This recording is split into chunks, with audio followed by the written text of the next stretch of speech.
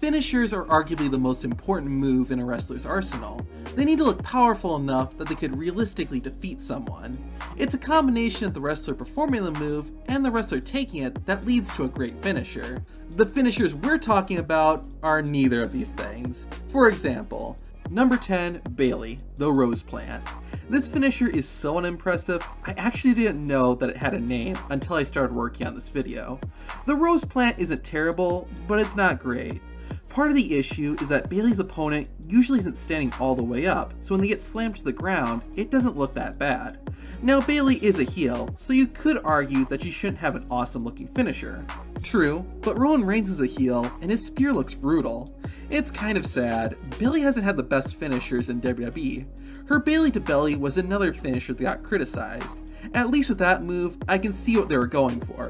Bayley is supposed to be giving her opponent a hug. The Rose Plant, on the other hand, is just kind of weak. Into an injury to Bayley, perhaps! Face first into the canvas! Bayley takes it! Number 9, Mace, Cruel Angel's Thesis. I don't know about you, but I liked Retribution. Almost all of them wore cool masks, and they all had cool finishers. Except for Mace. Cruel Angel's Thesis isn't an awful finishing move, but it's a bit too complex for its own good.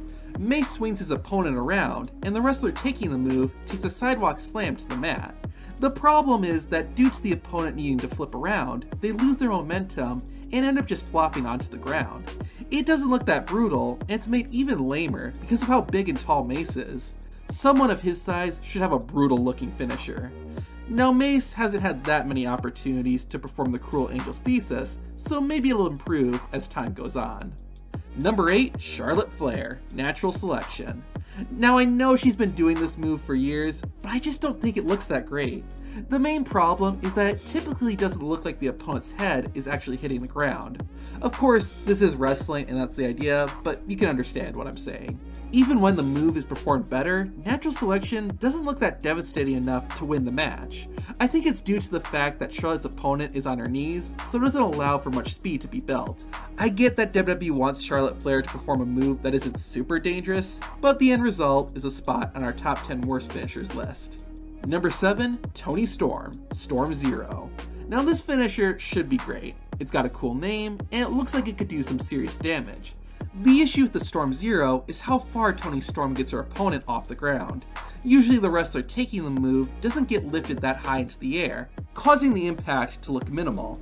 I think the problem is that there isn't enough time for Storm's opponents to get themselves higher up, so they just flip around and fall down.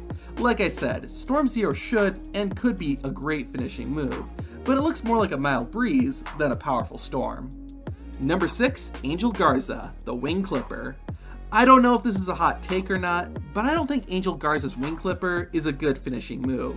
I mean, it looks cool, and it has a good name, but I guess I don't really see how it's supposed to hurt Garza's opponent. Angel picks someone up and sits on the mat. I guess you could argue that moves like the RKO or the Stunner don't really make sense either. At least with those finishers though, they are iconic, and have been used to create some really awesome moments, and the person taking them usually sells it really well. Look out! D'Lo, Stunner! The Wing Clipper, on the other hand, doesn't have any of that. Maybe as time goes on, the Wing Clipper will become a spectacular finisher, but right now, it's one of the worst. Number 5, Tamina, the Super Kick. Now you could argue that the Super Kick is a bad finisher just because of how overused it is. Even with that, I'd be fine with Tamina using it as her finishing move, but the problem is she doesn't execute it very well. It doesn't seem like it really connects with her opponent's head, and she usually ends up hitting them in the chest. In fact, take a look here. It doesn't even look like Tamina's boot hits Nia Jax's head. This is a bit off topic, but Tamina's splash isn't that great either. I'm sorry to dogpile on her, but it looks like her knees take most of the impact. Between this and the Super Kick, Tamina's moveset needs an overhaul. Number 4, Commander Aziz, the Nigerian Nail. The wrestler formerly known as Dabba-Kato is off to an alright start in WWE, but his finisher needs some work. It's the same finishing move Umaga had back in the mid-2000s, the Samoan Spike, now rebranded as the Nigerian Nail. A good name, but all Aziz does is take his thumb and smack his opponent with it. That's it. I think it could be alright, just as a signature move, something he could use to knock his opponent down, but as a finisher, come on. It's especially lame since with a guy the size of Commander Aziz, you think he could do a much more devastating finisher. He's still pretty new, so hopefully Aziz gets a new finisher soon, because the Nigerian nail ain't cutting it. Number 3, Everrise, the French Connection. Everrise is a decent tag team, and maybe we'll see them on Raw or SmackDown one day. Before they do that though, they should seriously consider a new finishing move. Their finisher is called the French Connection. Matt Martel and Chase Parker lift their opponent up into the air and he lands on the top rope or turnbuckle. Seriously, that's Everrise's finisher. Sometimes they do it with the turnbuckle pad off, but still, that's what they do to defeat their opponents. Like with a lot of bad finishers, this is just a regular move that wrestlers have used hundreds of times before. Now suddenly, it's supposed to allow these two guys to win matches. The French Connection is just a weak tag team finisher, and Everrise should seriously change it. Number 2, Lacey Evans, the Women's Right. Lacey Evans is awesome, but her finisher is pretty lame. It's literally just a punch to the face. What makes this punch more devastating than every other punch thrown in WWE? It would make more sense if she had brass knucks like William Regal, but Lacey Evans just throws a regular punch. Big Show had the KO punch for years as his finisher, and fans got upset about that. At least Big Show is a giant, but Lacey Evans on the other hand is a regular sized person. Now the Women's Right is a great name, but that doesn't change the fact that the finisher is just a punch. I'll give them credit. The wrestlers she usually hits sell it pretty well, but again, it's just a right hand punch. Once Lacey Evans returns, maybe she can make the Women's Right a signature move and use something more impactful as her new finisher. Oh, and a Women's Right from Lacey Evans!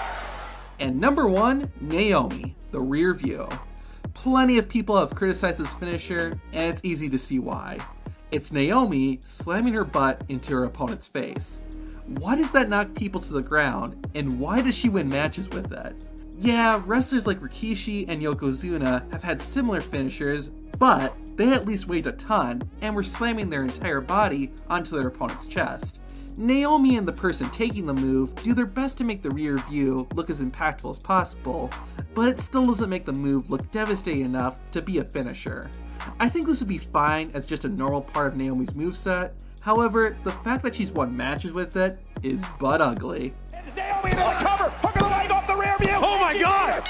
Naomi beat Bayley. Who on the WWE roster right now do you think has the worst finisher? Let us know in the comments. Then watch the video on the left for more Tap Out Corner fun. Shout out to Seth frickin' Rollins, and thank you so much for the frickin' awesome comment. Until next time, I'm Zach from Tap Out Corner, and take it easy.